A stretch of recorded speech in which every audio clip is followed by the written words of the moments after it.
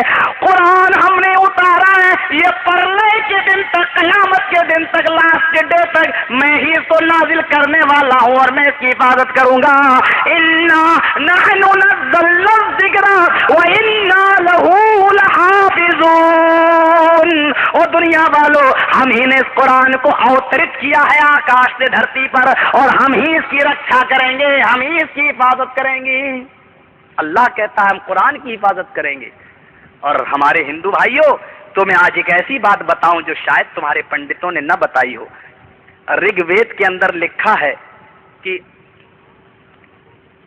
Charm دھرم گوپی تھائے پرویتے مرودرگنا گئی چترب براتر میں دیو کر شیام یہ مرودرگنا گئی اشفما شگما روحا دیو دت مرودرگنا گئی تتستو شمبھل گرام سوت سواجیو جاتے مرودرگنا گئی.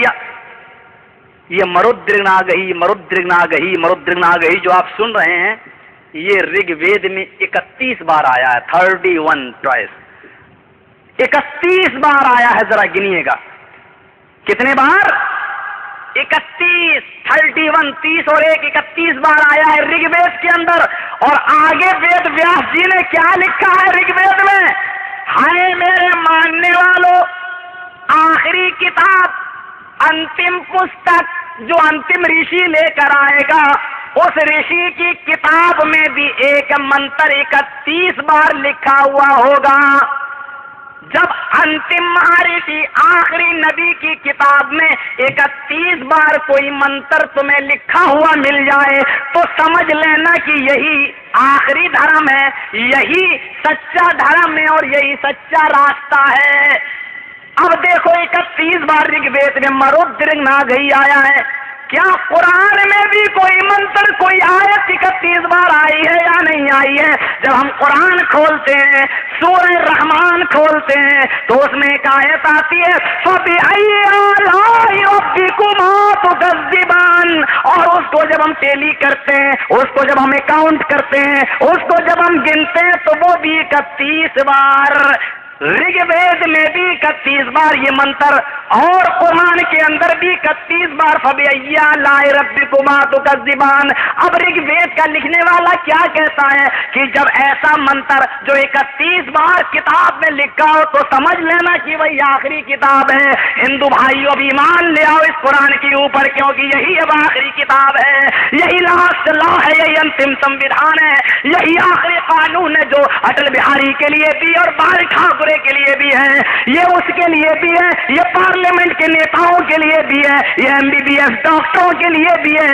جو مینوفیسٹو جناب محمد رسول اللہ نے پیش کیا ہے, دنیا کا کوئی نیتا وہ طریقہ پیش نہیں کر سکتا.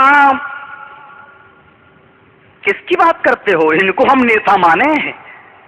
یہ بیچارے, ہائے کیا بتاؤں, ملائم سنگھ جی بیچارہ بقرعید پہ ہمارے یہاں آیا ہے, گائے وہ اس کا خصی بکرا ہوتا ہے ہم لوگوں کے یہاں قربانی, تو بڑے شوق سے اس کا گوشت کھاتا ہے. تو ہم نے کہا منتری جی اچھا نہیں لگتا کہ آپ یہ کھاتے ہیں. تو کہنے لگا چپ رہو یار, ہمارے ہاں بڑے بڑے نیتا تو بھینس کا بھی کھا جاتے ہیں. تو ہم نے کہا کیوں یار؟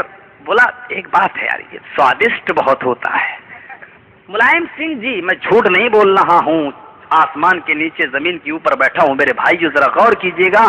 ملائم سنگھ جی آتے تو ہم سے کیا کہتا, مولوی صاحب پھر 4 کر دیجئے, ہمارا کچھ جیت جاؤں. آپ بولیں گے مسلمان آپ کے ساتھ ہیں, آپ کی بات مانیں گے. ہم نے کہا ہاں